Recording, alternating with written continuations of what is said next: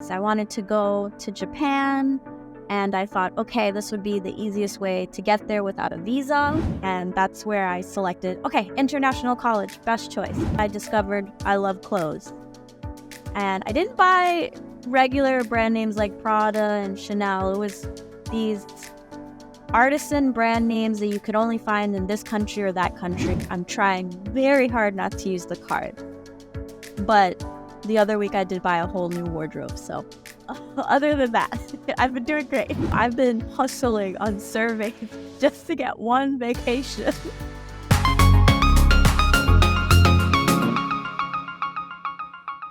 Hello friends, welcome to yet another episode of Real Money Habits with me, Sharan Amit. Today we are talking to Sarah. Sarah is a young lady who had horrendous spending habits. She traveled around the world without thinking of where the money would come from. In process, she raked up credit card debts of around $25,000. But now older and wiser, she has learned how to manage her money better.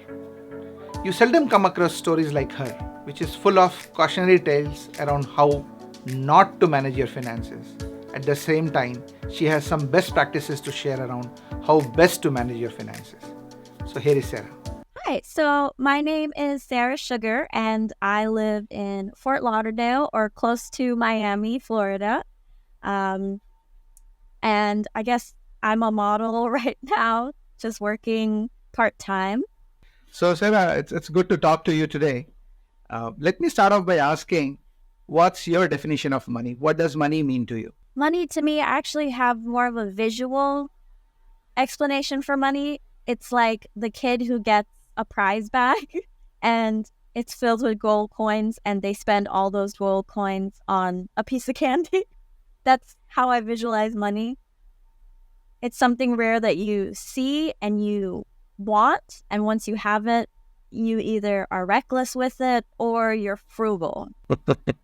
So you believe that those are the two choices, right? Once you have money, either you enjoy money or you are very stingy and frugal with the money, right? You have seen only those two extremes. That's very interesting, and we'll want to know how that thought came across. Mhm. So, how did you sort of develop that thought? Tell us something about your childhood. How did you what kind of household did you grow up in? Again, I'm focusing more financially.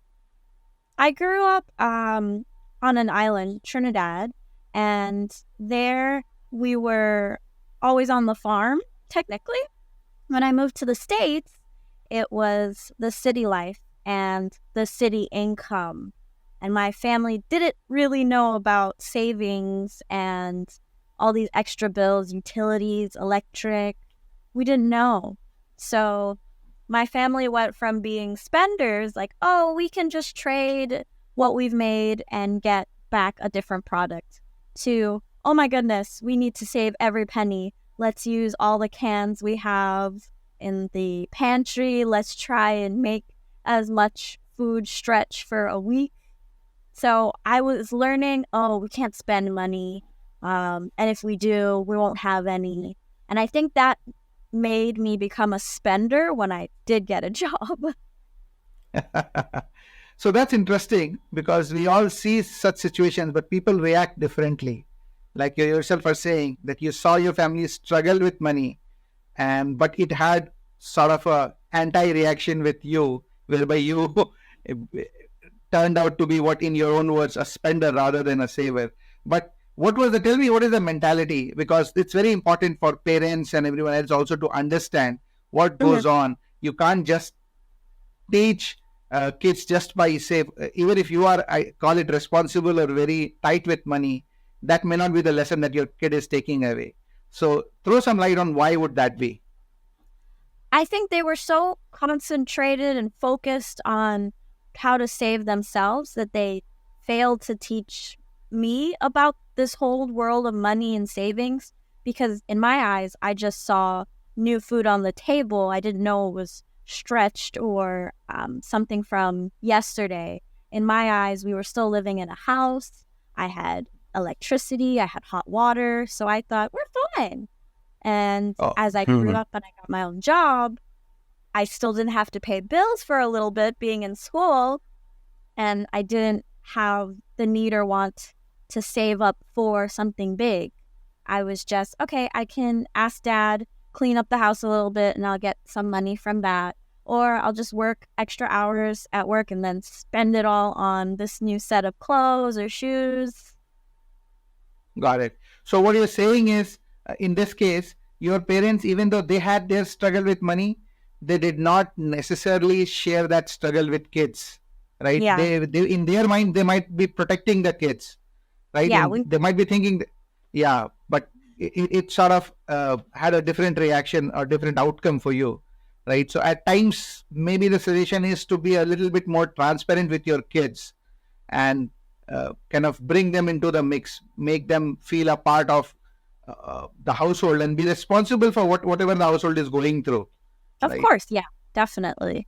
That's interesting. So even though money was tight, you at least did not feel that. So in your words, it would have been a normal childhood where you pretty much got what you wanted. And then where did you go to college?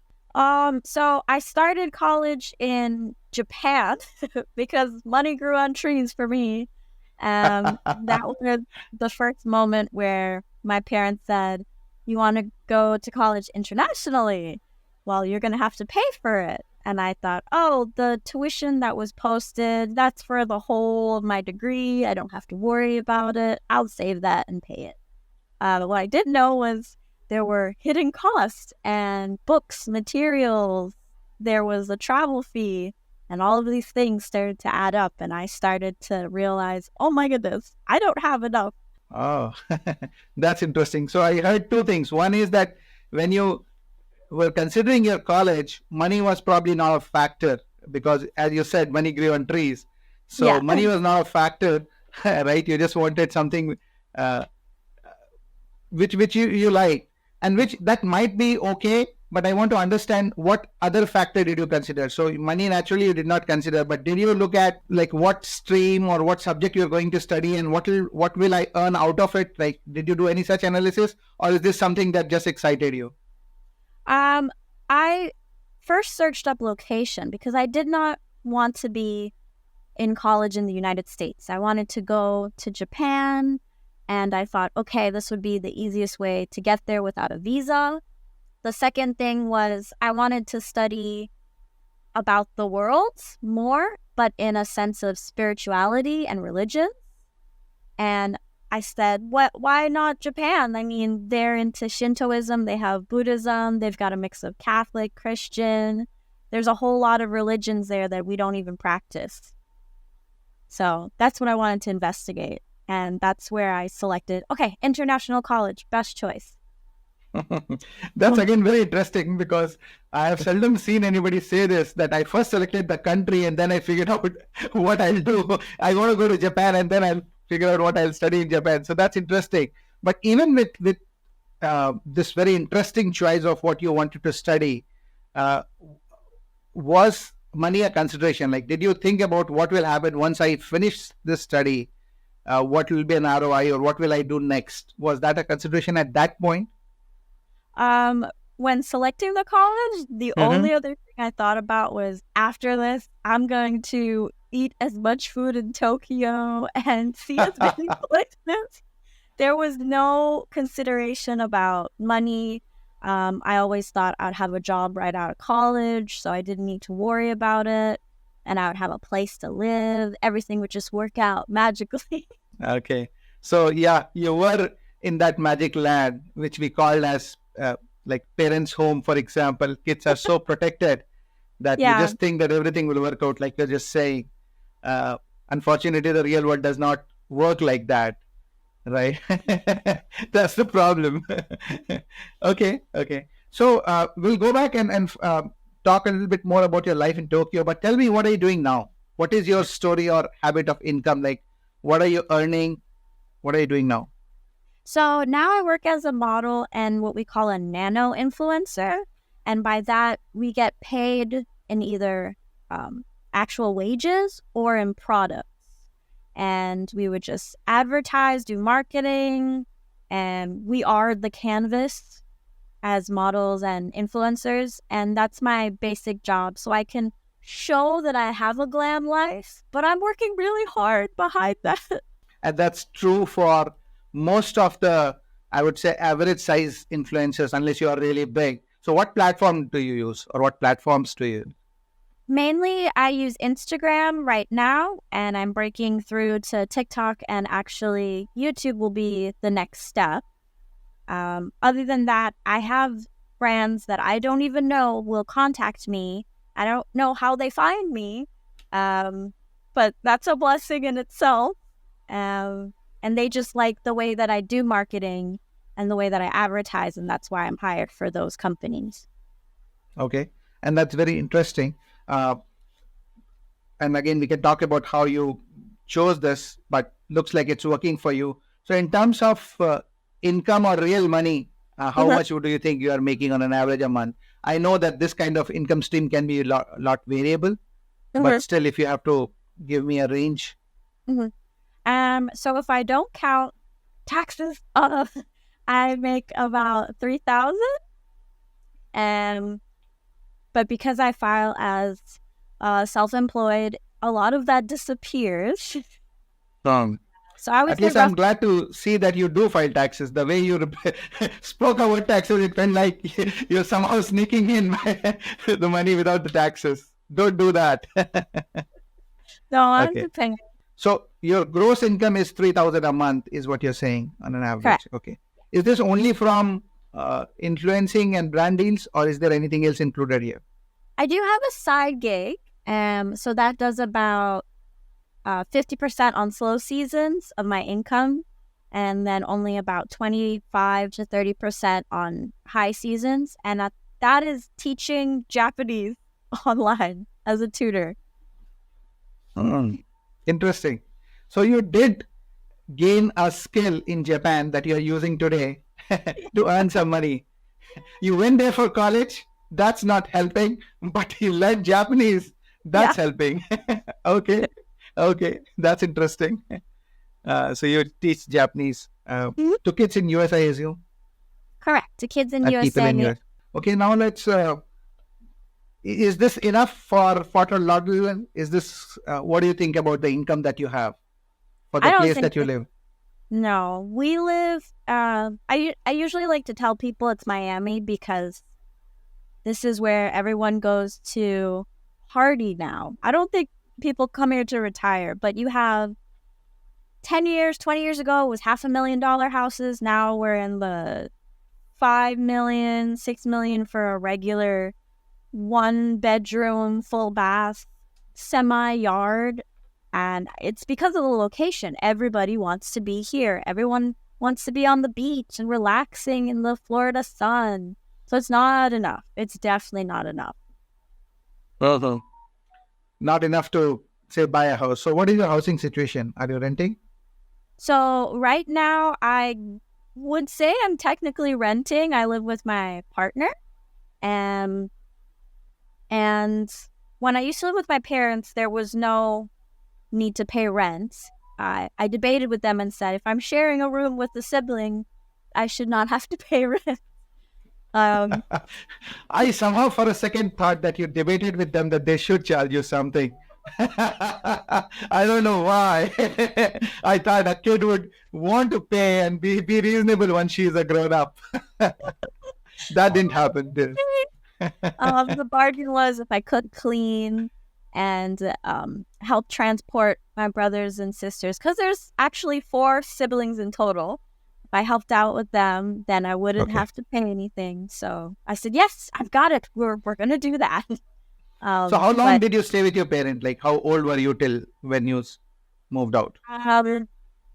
Before college, so around, I did a few gap years. So about from birth till 24, and then after college, a little longer, but I ended up living and came back to make it on my own in Tallahassee, and now I'm with my partner, so it's a lot easier. Okay. So 3,000 a month is your income. Let's talk about your expenses. Like, what are your habits or expenses? Take me through a typical month, and And then we'll talk about any debt that you may have. But in a typical month, how are you allocating this 3,000? then, so right now I am doing, or I've completed a financial course, and that course instructed me about putting a percentage to savings every month, as hard as that is, and then paying off the small bills or the immediate bills, and then paying off your debt.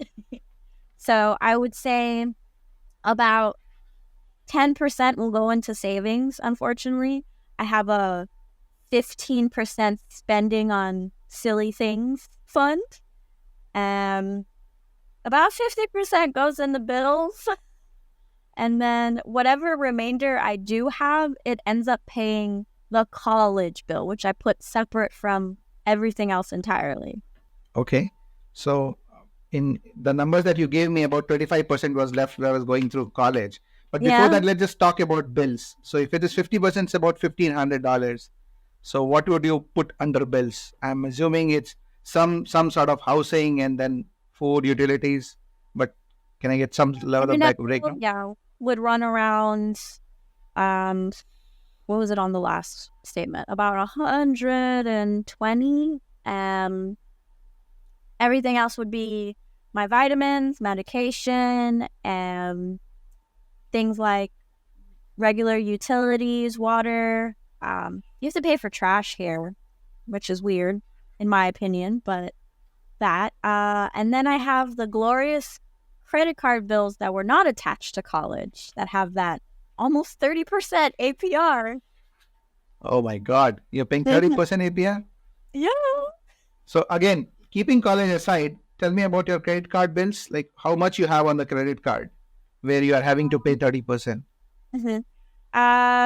Let me see. I tried to do, let's see, my last payment was a little short, but I did about 500 for the credit card bill, and then I got hit with interest or So how much would be the balance? I know you might have paid 500, but what is the balance on the card?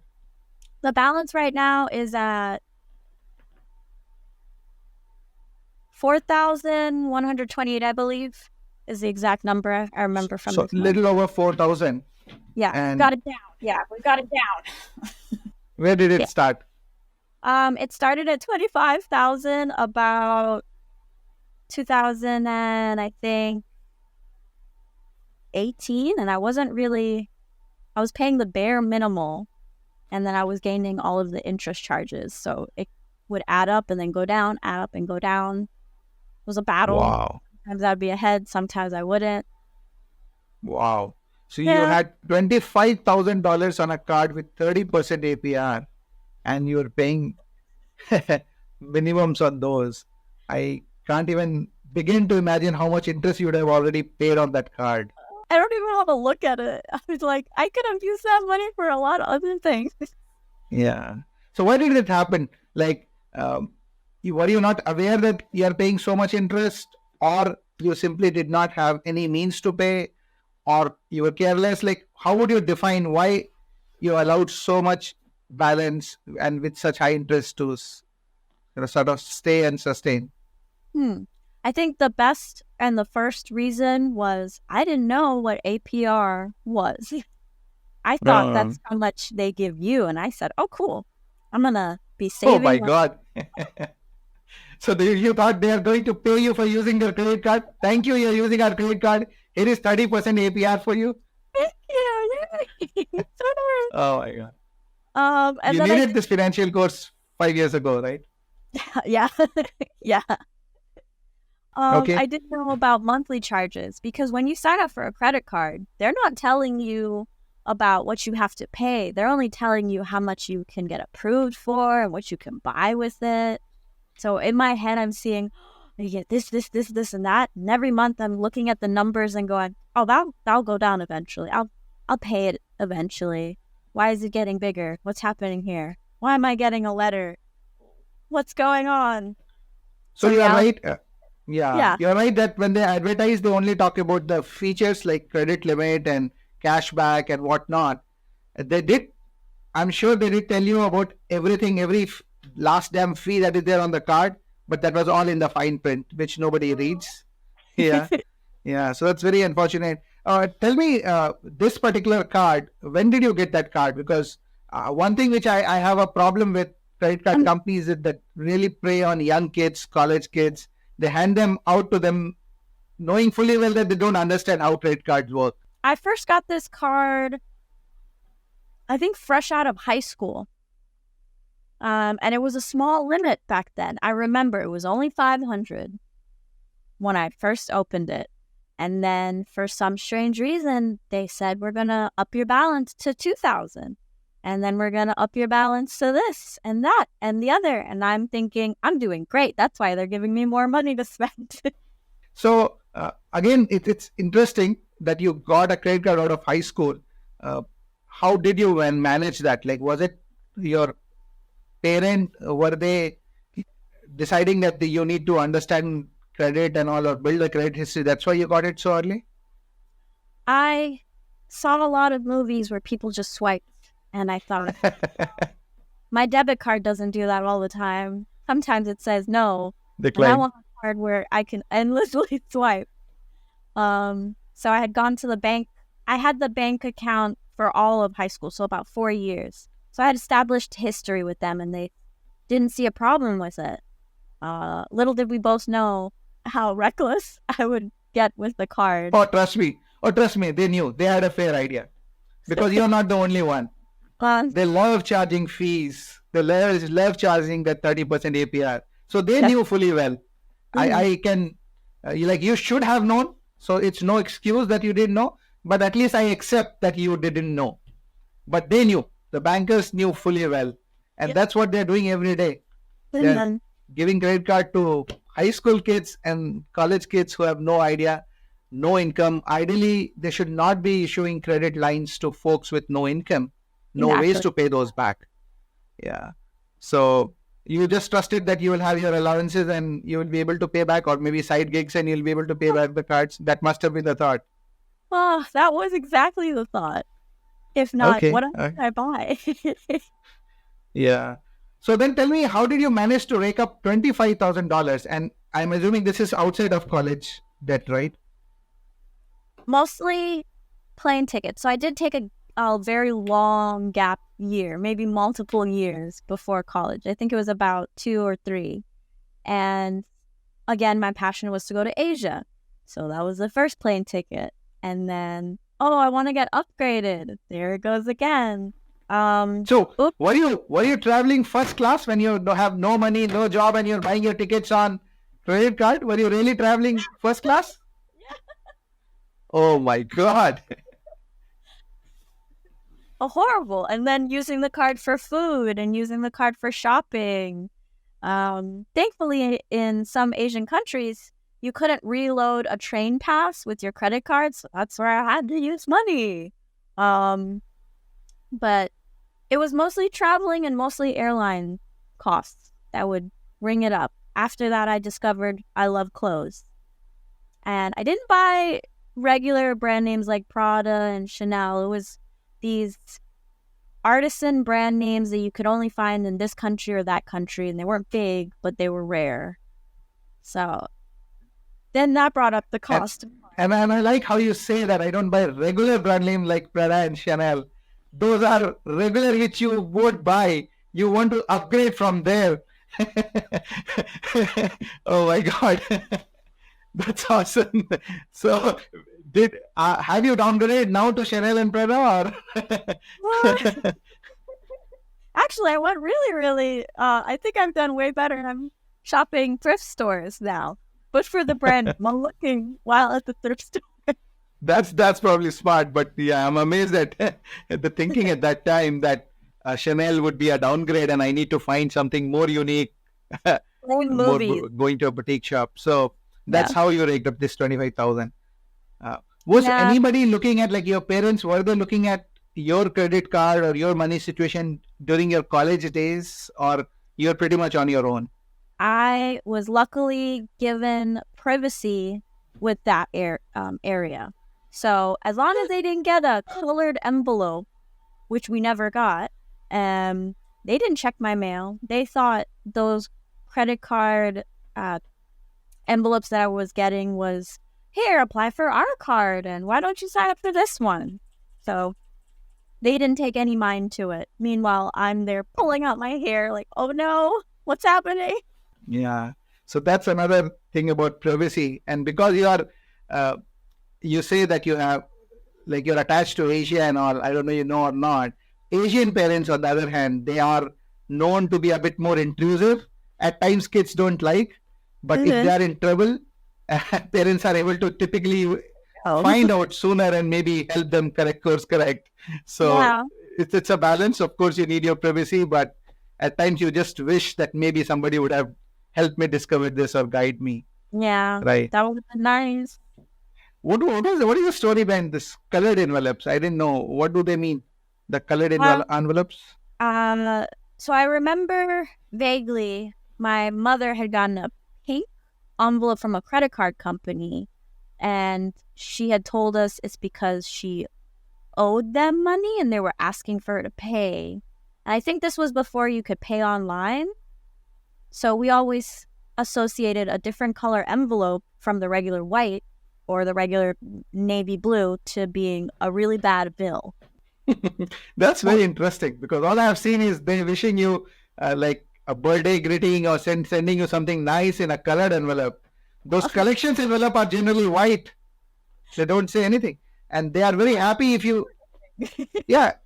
And I'm telling you, they are very happy if you just lose that envelope and don't react on it. Even though they say that it's a final notice or whatnot, they are okay with you forgetting about it and paying that 30% APR, which you are generously paying. Yeah. Okay, so 25K, but you have managed to bring it down to 4K, which is great, and we'll talk about it. But let's now touch upon the next debt that you have, which is the college debt. How much is the debt and how did you accrue that? So I didn't know that at the time you got charged $2,300 a credit. And I spent 2 years in college in Japan. And by then, I started to pay the minimum. I just scheduled my credit card payments incorrectly. And when I found out it was too late, I was already getting charged for the going over the limit. So when I got back to the States for holiday season and I looked at my credit card bill, I was puzzled. How am I being charged double for something I paid for? Oh, I scheduled it for next year. Oops. Next year? So you're not missing it by a few days, you're missing it by whole year? Okay. I was about to go off on the credit card companies that they're again trying to trick you, but I don't know if I can really fault them. If you're waiting another year to pay them. Yeah. Okay. So you say that you were putting your college expenses on the credit card, right? Every expense, like, was it fee or anything associated with college? Thankfully, the college I went to, meals and boarding was included with your tuition. So the only thing that I would have ever swiped for was a snack outside of school or a trip somewhere. And by then, I did not like to travel. I just wanted to finish school so I can go explore other parts of Japan. So I would say no to hangouts. I would say no to buying extra food. It would just be whatever I get from college. Okay. That's wise. Just that it started late. So how much you have left on that card? On the college card, only, thankfully, $2,500. Okay. Yeah, you're getting there. That's nice. Yeah. And what was the maximum that you accrue there? Like, from where it has come down to 2,500? Because I did actually tell them to cut the limit, and I don't remember what the original was, but I know it's down to 6,000 now. Okay. So you would have probably raked it up to that 6,000 limit, and now it's down to 2,500. Heartbeat. Okay. So you are paying off your cards, which is good as of now. Would you say that now your life is much more disciplined in terms of your expenses, or are there still areas where you become your earlier self and lose control. I have found out about cashback cards, but Okay. I'm trying to be as frugal as possible. So I usually sit down every single Monday and check all of my accounts. I use an Excel sheet for monthly summaries. And I try Uh-huh. to plan out, this is how much I'm going to pay off. This is how much I want to save. And then I'll only have X amount left over. That's all I could spend. If I want to spend more, I need to find a side hustle to pay for that. I'm trying very hard not to use the card. But the other week I did buy a whole new wardrobe. So other than that, I've been doing great. How much did the wardrobe cost? It costs $400. 400. Okay. Uh, So Given your past experience, I would still say that it's not uh, completely out of the way. Maybe you didn't want to do that, but still you actually spent only 400. So which is okay. And was it because of the clothes or because of the cashback that the card offered? fact, definitely. Cashback. Yeah, the cashback was a win. Looks like you already know that cashback is again a way to lure you in, right? You never make real money through cashback. Mhm. You have to spend so much to earn that cashback. That's one. Yeah. And frankly, I say this, that the credit card companies, they have all the data. They have like all the economics graduates working for them. They have the Mhm. supercomputers with them. So they know, Like, and they have done their analysis, that by offering you cashback, they are not mhm. going to lose anything. In fact, they are going to make much more, because you are likely to rake up more money on your credit card and end up paying more fees. And you pay those fees once or twice, and then that takes care of years of cashback that you might have actually made from a card. So you should not really be looking at cards. Yeah. How many cards you have, by the way? How many credit cards? Now I have 3. So is it down from a higher number or up from a lower number? It's lower. And I've also lowered the limit on a lot of them, which hurt my credit, but I learned you don't need to have an amazing credit score right now. You need to pay off your debt right now. Yeah, that is true. That is true. So you're trying to be disciplined, but you say that you, again, there are times when you sort of go weak in the knees and Yeah. lose control, right? That's So, why I lowered the limits. Yeah. okay, that's probably smart, but probably still smarter would be to start using your debit card. You can still have your credit card, but if there is a way for you to lock them away and not use them, Mhm. and start using your debit card. Remember what you used to do when you were in high school? Yeah. Maybe getting back to that would be most helpful. Yeah. So consider that. And you were telling something about holidays being tough. What is the story on that in terms of expenses? So a regular month, you have your 3,000 sort of planned out, and you are able to take care of your debt as well. Mhm. But what happens on those special holiday months? We'll go back to last year when holiday season hit, and I thought, okay, I'm ready for this. I saved up, I think it was about $600 to pay for everyone's Christmas gifts and one for myself. And I go to the store and they have a sale. And I'm saying, well, they don't have this all the time. I'll just get something else for me. And I ended up, out of the 12 family members I was buying for, I ended up buying myself a gift as well because of the sale option. And just spend $5, $20 more, and you get this. It's great. Or, since you would just spend $20 more, if you spend an extra $45, we'll give you this extra. So I was duped into a lot of things last year. But this year, No, but staying at last year, what okay, it did to your budget? You had say $600 budget. How much over budget did you go? I didn't go too bad. It went up to about 800. About 800. Okay, that's still about 30% extra, but you're right. Yeah, but I Okay, had really great Christmas I'm sure you did. So you had saved 600 already. So you need to only manage for that additional 200 is what you needed your credit card for, or Yeah. okay. Yep. So this year, the goal was to ask for I would ask every family member for a Christmas list. And this way I can gauge how much I was going to spend and what I could buy them, as well as buying it early so I don't get duped into the holiday sales. So I've actually done all of my Christmas shopping. Finished. This shopping is done? Oh my God. The problem is hiding everything now.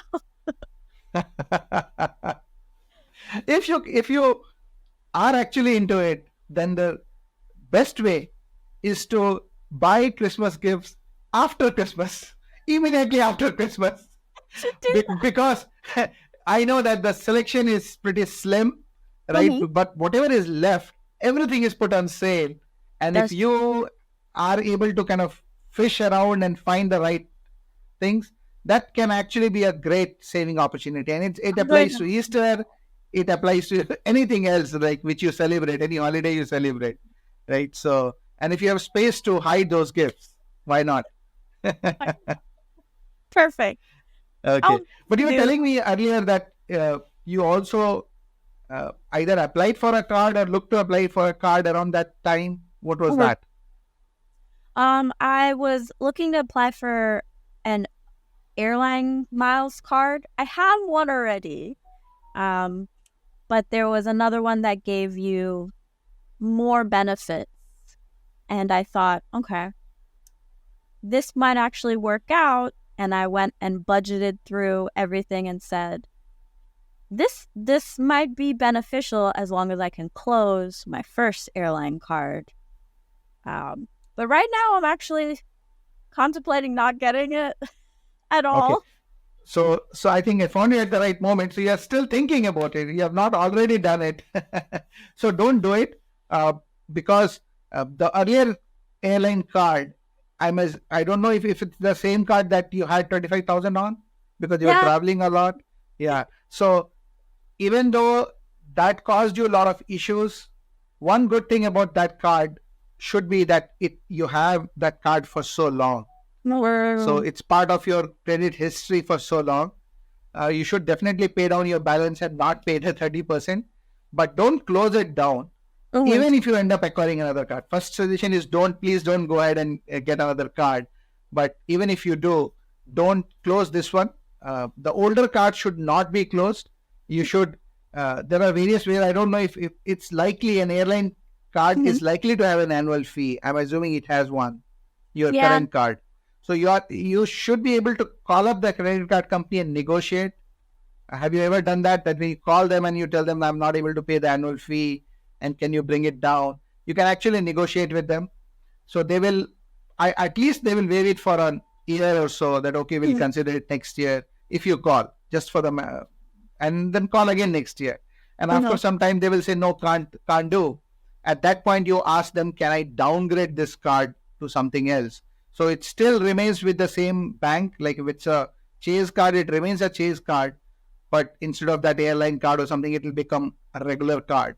You'll maintain the history, but you'll do away with the annual fee. So that way you can negotiate with the airline. You do that, but please don't take another card. Same formula applies that if they are giving you a free ticket or some points, 60,000 points, they have done those calculations. They know that somebody with your credit profile will sooner or later again get back into that trap. Right? And you will start paying them fee and everything. And of course, if you have a card which offers an upgrade, that's a deadly combination, right? You don't want that. You have done enough upgrades for this life, I believe. No more, please. Yeah, please don't do that. Okay. So that's where you are. Any other things? You spoke about clothes. What about trips, vacation, or air travel? Are you still doing that? Still considering that? Or now you have been more responsible around those? Now I hate how I get my income for air travel. I use a side hustle, and it's just doing those surveys where you get small amounts of money. And if I say, okay, I want to go to Tennessee this year, if I don't make enough for the plane ticket, the hotel, and food, I can't go.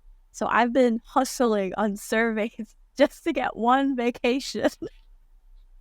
But I'm impressed actually. It does two things. One, you are not putting it on a credit card. You have made this decision for yourself, which I must commend. It's very honorable to do that. That I will first earn that money and then only go on this vacation that I want to.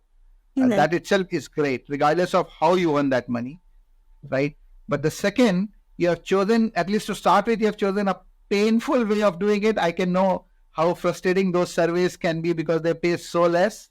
Oh. But because you're doing all of that, Mhm.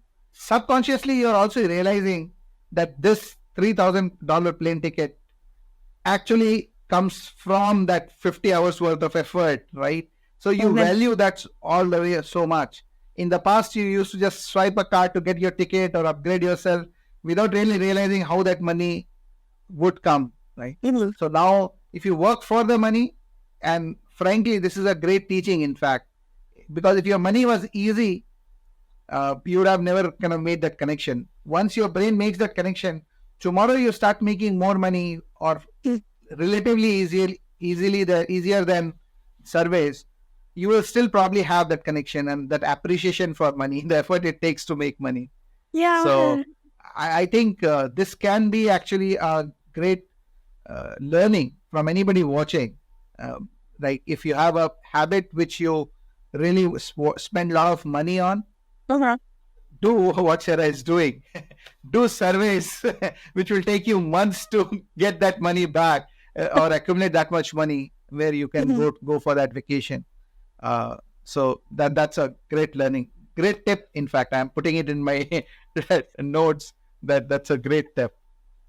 Okay. What about the concert that you're talking about? Yeah. So I have a concert, and I didn't use surveys to save up for this. For that too? Okay. Yeah. For New York City, and I feel like the most expensive time other than New Year's, next month. And it took me almost 2 years to gather that money. But then I think last month I even found out that the concert tickets were being discounted. And I found a site where if you were to buy concert tickets through them, you get cash back without having a credit card. And I thought, okay, so I get back $4 from this, and that's going in towards the trip. If I do all these surveys, I have all of the hotel and transportation fee. I'm going to walk many places instead of taking an Uber. Like, I planned it out obnoxiously to the T so I can save. But I have what I call a bumper, which is extra money that I've saved in case something goes wrong. That's excellent. So I see a complete flip in the beginning. Like first half of this conversation, you kept telling me how irresponsible you were, but now you have really done a few things absolutely right. So anything that you have been planning for 2 years, saving for 2 years, and you still want to do it, you must do it because it tells me how much you value it, that you could plan for it for 2 years and still keep at it. So that experience is really important to you and you must do it. At the same time, you were able to show that discipline to save up for it for 2 years. That's excellent. And like in the previous example, if you can do this for this, you would be able to do it for anything else. And I'm sure you are going to enjoy this concert much more than anybody else who is going to be there because you have really worked for it. Awesome. By the way, what are you using for cashback? Is it something like Rakuten or something? Yeah, exactly. Rakuten. Okay. Yeah, they are great. I use them all the time.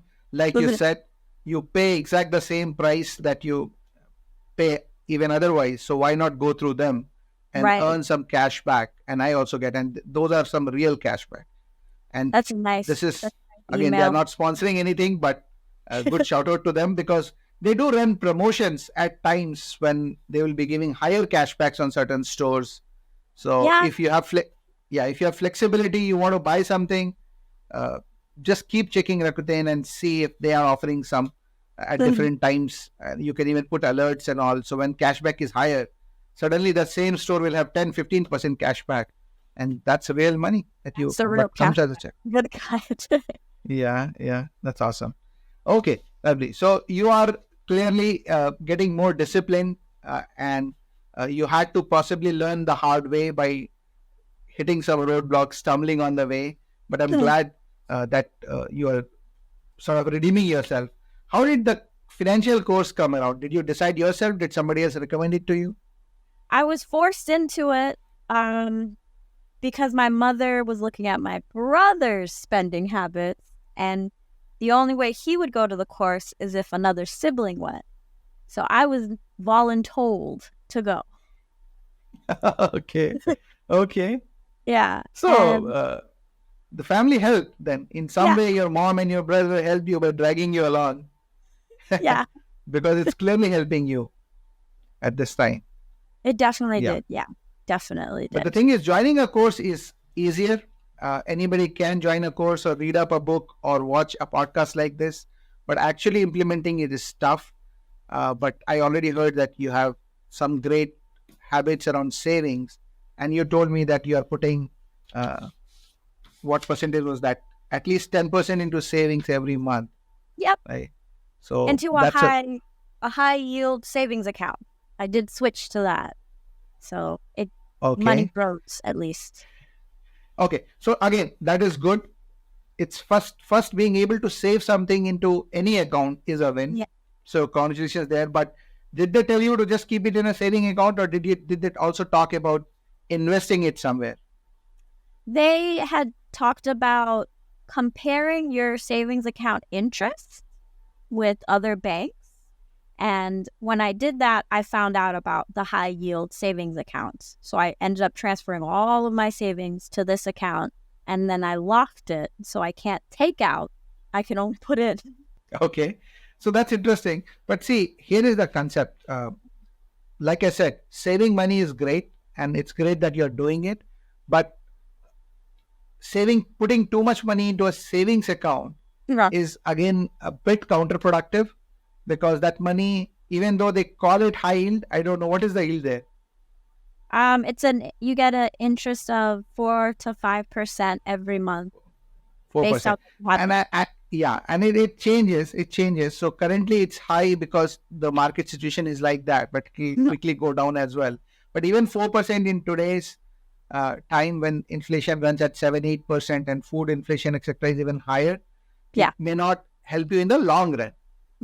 Okay. So what you should do, and do some more learning around it, reading around it, but what you should do is keep some money in savings, which typically is equivalent to 3 to 6 months of your expenses, your bare minimum expenses, which if you lose your job or income stops, you still have to do. So between 3 to 6 months, at least 3, and if you want to be conservative, maybe 6 months or more. But keep that money should be kept in savings account so that you can access it if needed. Don't access it, but keep it locked. But if needed, you can go there, right? But rest of the money, once you have achieved that, and if maybe you have already done that, like that amount is already there, then that 10% that you're doing every month should ideally go to an investments account. Oh yeah. Which should be invested in, say, stock market or at least an index fund or something. Do you already have some investments like that? I opened up my Roth IRA. Okay. Because I need that more than anything. So it's been filtering into there also. And then I have taken out a few I bonds when the interest was really high.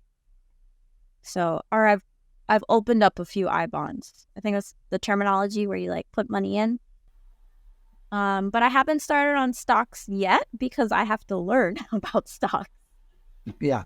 So you're taking the right steps. Opening in fact, Roth IRA should have come earlier in the order. So you did that. The reason I didn't speak about that is I didn't want to throw a lot of terminology on you. I just want you to know that you need to do some investments.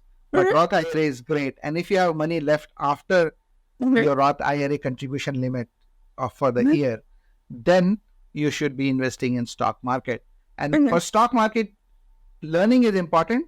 But that's why I said invest in an index. For that, no learning is required. Index is just stock market. Like it's the entire stock market. You don't need to learn about the company or understand how things work. Mhm. So you invest in a broad market index fund. Some amount of reading may be required, but that's the whole idea. An index that tracks the entire, say, S&P 500, and then you invest some money there. So if the stock market goes up, which it does in a long term, short term it Mhm. wavers a lot, long term it goes up, then you end up making more money. So that's great. You already said you're filing your taxes, so that's great. And um, since you are self-employed, so the rock becomes even more important. One Yeah. last thing which you need to think about, not very urgent, but eventually you have to think about is insurance, which is life insurance. Uh, have you already kind of done some reading about it? Do you know? I have one plan. Actually, I'm in a contract with, but I'm actually shopping around for a better deal. And I think I was told to wait until November and just keep my life insurance plan as is. So maybe what you are referring to is more of a health insurance, Is right? it? Which No, it's definitely life insurance that I do okay, have. okay. But I'm assuming you would have health insurance too, right? Yeah, I do. I don't And know you're what. paying your own premium, which is Yeah. not fun. So health insurance definitely you need to carry as a self-employed person. That should be your first priority. Mhm. And then you have to think about term life insurance. If you're already looking into it, that's fine. But that was a suggestion that the younger you are, better deals you can find on life insurance as well. So buy it while you are still young, so that in future when there will be more responsibilities or you may have kids and other things, you at that point you still have a life insurance which you have locked in a lower rate much earlier in life. Yeah. Okay. Okay, so my next question is around a partner or the significant other. You did tell me that you have a partner, so you can have your current partner in mind, or you can even talk in general. But the question is how important it is for your partner to have uh, the right or sinking financial, uh, I call it preferences or habits, like how Mhm. important it is in your mind. Uh, and was it important when you started out or when you're seeking out partners at that point, or right, both? Uh, like, what were you thinking when you were much younger, and what would Mhm. you say now in terms of financial compatibility with partner? Mhm. Well, when I was younger, I wasn't even thinking about partner. I was thinking about solo me. But when we first started our relationship, we did actually go over money and the Okay. importance of saving for our future dream image, our American dream. Um, so he's very big on being frugal as well. And if something is needed, that's when he buys it. But if it's just a want, we don't get it. So is he the one who is sort of influencing you, reining in some of the previous habits? I mean, he's like, really need a new shirt? No, you don't. Okay. But would you advise others, other young people out there also, that it is important that you find a partner who's financially compatible, who also values money probably in the same way that you do or you should do as a couple? I always tell the students that I do have in my side hustle, um, whatever you do with this person that's not married to you, it has to be separate. So if you guys are going to go out to dinner, make sure you can actually pay for it with cash. I'm telling them cash because cash is harder for them to get. They're all debit card out. Um, and I think that helps them because they don't go out anymore. A lot of people don't go outside. They'll walk to their boyfriend or girlfriend's house and they just watch TV together. And I go, I'm so proud of you. Yes. Wonderful. Wonderful. So you're not only learning these habits yourself, you're taking it upon you to even start sharing it with the world, which is Yeah. again awesome. And frankly, you're doing some of it, you're doing as part of this conversation as well, right? Because sharing your experiences and telling them that I took, say, 5-10 years to get here, but You don't have to go through that journey. You don't need to put $25,000 on your credit card to learn that that is not right. Right? They can learn from you. Okay. We are towards the end. I just have some what I call as rapid fire questions. So if I were to give you 100K today or $1 million 10 years down the line, what would you choose? $1 million, 10. $1 million 10 is on the line. down the line. Okay. Is this again the new you who is making this kind of delayed gratification choice? It's a lot. That's a And only 100K, I would just throw it at my bills. So it wouldn't do much of any justice to me. okay. So that brings me to my next question. So by the way, good choice there. If money was not an issue, what would you spend most on? What is it that you want to spend most on? And don't say paying my bills and all. That's fine. Everybody has to. But if money was not an issue, what is that one thing that you want to do more of? Definitely. Vacation and travel. The whole okay. flying, staying at a hotel, kit and caboodle. You enjoy that a lot. I do. Okay. So, and you're already doing it, but the advice is that you find out what you want to do and do allocate some budget to it, because you should still do something which gives you maximum amount of joy, even if it means spending money. It should just mean that you cut mercilessly in other areas, but you still do something that gives you joy. So clearly that's travel for you. And if you could live anywhere in the world, where would you want to live? Where do I want to live? Be back in Japan? Yeah, that's Is it? definitely. They get all 4 seasons. Okay, lovely. So this was a great enlightening conversation, and I appreciate you being frank and sharing these things with a laugh with me and with the larger audience. I'm sure people will find both entertainment and education in this conversation. Anything else that you want to ask, or any questions that you have around money or finances that I can help with? I would like to say the insight you gave me, I'm definitely going to use. Very, very helpful. I think the only other thing I would ask is, should I reconsider my life insurance plan? If I'm paying a high, I think it's called premium, right? A high premium now. Is that even worth it? No, but and we should look at it, what kind of life insurance is being sold to you. Frankly, there are so many different plans, and most of the plans which somebody will try to sell to you are not in your best interest, because invariably those plans will have some other component into it, because life insurance is about risk. What if a person dies? So there is a risk premium, which is a very small component. And then there is some sort of investment component to it, that you give me so much every year, and after so many years you will have this much cash value in the policy, and you may get that. An agent who would be selling you or recommending the life insurance to you would likely make money on that other bigger component, which is the investment component. So my advice is to always separate investments from risk product. You say that I only want a term life insurance. That's the term life. So term life, mostly nobody is interested in selling you, because the agents don't make any commission on it. It's a low premium, low price product. You can just go on a website of a reputable insurer, or use something like a policygenius.com, right? Compare various term life policies for your age, your situation, medical situation, and those premiums are very low, relatively speaking, right? So if you are worried about life insurance premium, I would guess that you are being sold a product which is not term life.